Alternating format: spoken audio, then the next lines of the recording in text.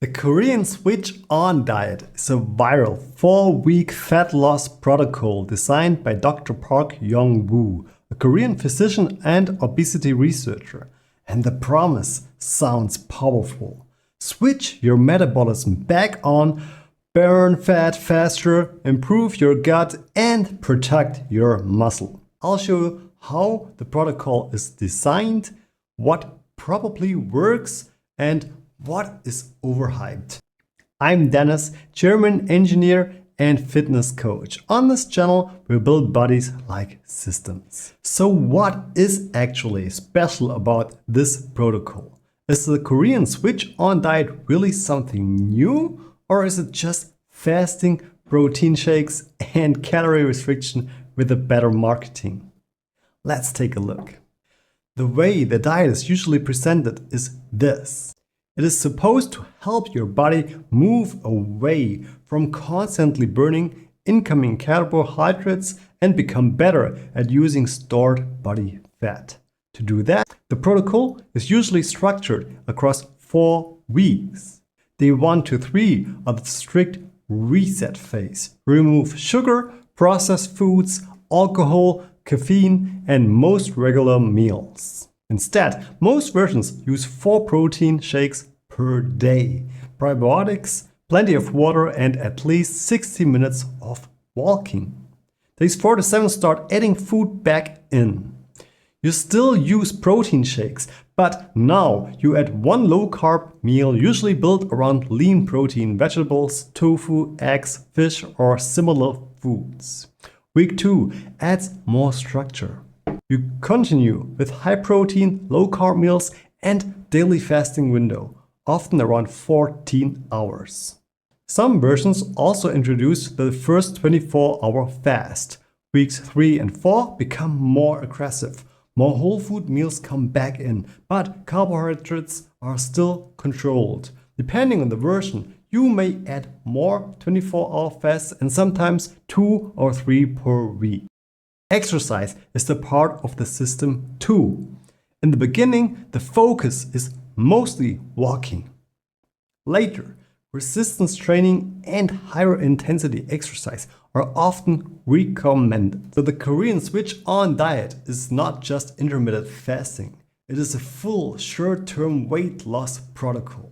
But is it working because of a special metabolic switch? Or is it working because it combines several basic fat loss tools at the same time? Let's have a look at the scientific angle. Here's the first important point. There does not appear to be a large, high-quality clinical trial proving that this exact branded 4-week switch-on protocol is superior to other calorie-controlled high-protein diets. That does not mean everything inside the protocol is wrong, but it does mean we should be careful with strong claims. Terms like detox, gut reset, metabolic reset, and switching your metabolism back on sound powerful, but they are not precise scientific claims. Your body already has detox systems. Your liver, kidneys, gut, lungs, and skin are involved in processing and removing waste. So when a diet says detoxes, the first question should be, what exactly is being measured? The same goes for gut reset. Changing food quality, eating more fermented foods, increasing protein, reducing ultra-processed foods, and taking probiotics may influence your gut. But that does not mean your gut is magically reset in 4 weeks. And the metabolic switch claims also needs context. Yes, if you reduce carbohydrates and calories, your body may rely more on stored energy.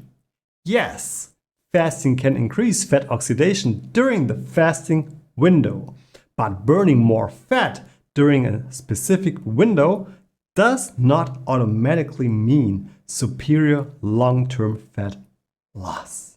Long-term fat loss still depends mostly on energy balance, adherence, protein intake, movement, and whether you can maintain the new behavior.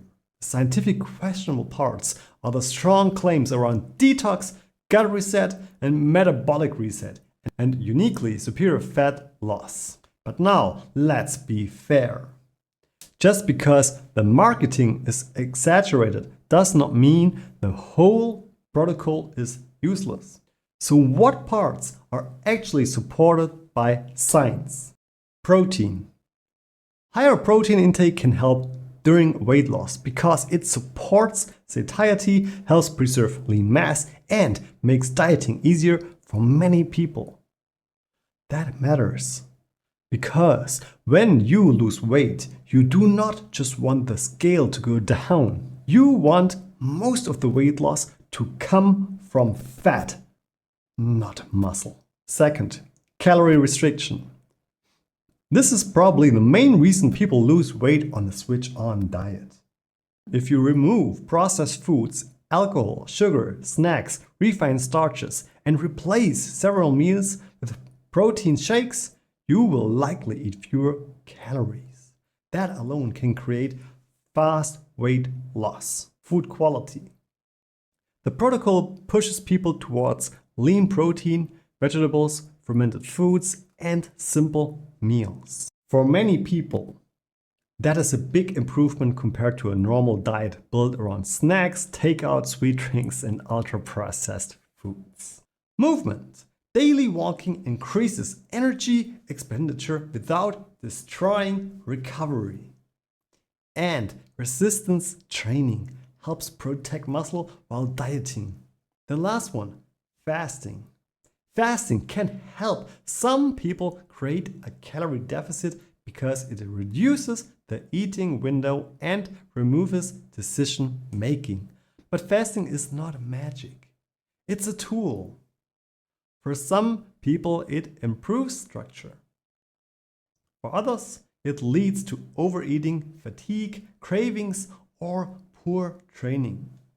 So the switch-on diet is built on some real principles. It works mainly because it stacks several known fat loss tools into one strict 4-week system. So should you actually try it? Here are the pros and cons. Let's start with the cons. The first problem is sustainability. 4 protein shakes per day is not a lifestyle. It is restrictive, repetitive, and for many people hard to maintain. The second problem is side effects. A strict low-calorie start can cause fatigue, headaches, irritability, hunger, low energy, and caffeine withdrawal if you normally drink coffee. The third problem is training. If you train hard while under-fed, your performance and recovery can suffer. That is especially important if you do intense workouts, heavy strength training, or HIIT during the more aggressive fasting phases. The fourth problem is health risk.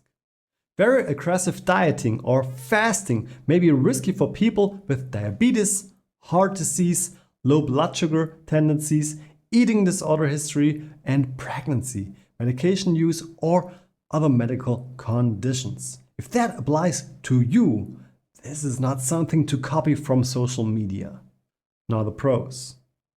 The first benefit is structure. The protocol removes guesswork. For 4 weeks, you know what to eat, when to eat, and what to avoid. That can be helpful for people who feel stuck. The second benefit is fast feedback. Faster initial weight loss is not automatically bad. For some people, seeing early progress can increase motivation and adherence. The third benefit is that the protocol teaches some useful habits. But here is my personal conclusion.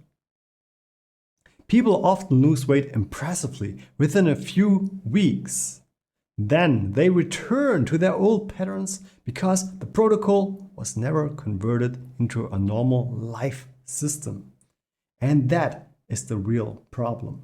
The switch-on diet may help you start, but it does not automatically teach you how to maintain. What works on social media does not always work in real life. A short-term weight loss protocol can be a useful starting point, but it is not your daily driver.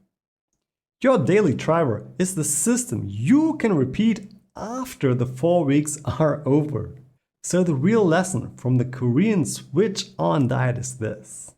A short-term protocol can help you lose weight, but your long-term results depend on your daily driver. So if you want to know which weight loss methods are actually worth building your system around, watch my weight loss tier list next. It will help you separate the tools that only work for a few weeks from the habits that can actually become your long-term fat loss system.